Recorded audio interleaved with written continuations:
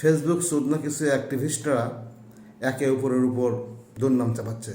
কিছু সুচিল ফেসবুক ব্যক্তিরাও বিএনপির উপর দোষ চাপানোর চেষ্টা করছে, মির্জা আব্বাসের উপর দোষ চাপানোর চেষ্টা করছে যে হাদিকে তারাই গুলি করছে।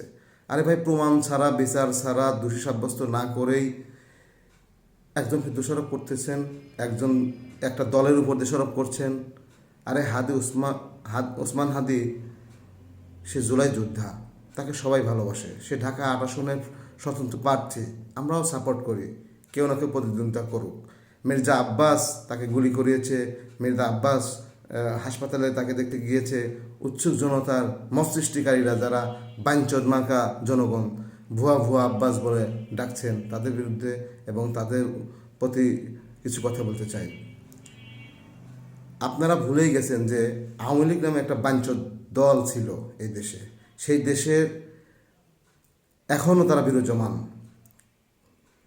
তারা দেশে অস্থিতিশীল করবে, অস্থিতিশীল করার জন্য গতকাল যে তফসিল হয়েছে, নির্বাচন বানচাল করার জন্য, নির্বাচনকে প্রশ্নবিদ্ধ করার জন্য তারা যে এগুলো ঘটাতে পারে সেটা আপনাদের মাথায় নাই, সেই সেন্সটা মাথায় নাই।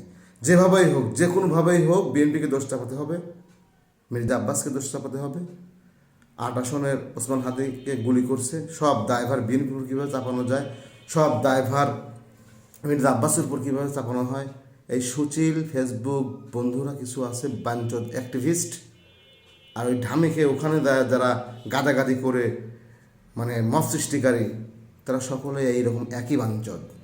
তাদের একতরফা চিন্তা, যেভাবেই হোক বিএনপির উপরেই দোষ চাপাতে হবে, যেভাবেই হোক মির্জা আব্বাসের উপর দোষ চাপাতে হবে।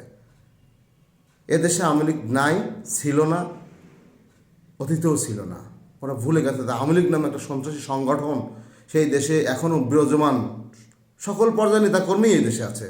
তারা যে এগুলো ঘটাতে পারে সেই চিন্তা তাদের মাথায় নাই। তোদের উপর ধিক্কার জানাই, শয়তানের বাচ্চাগুলো।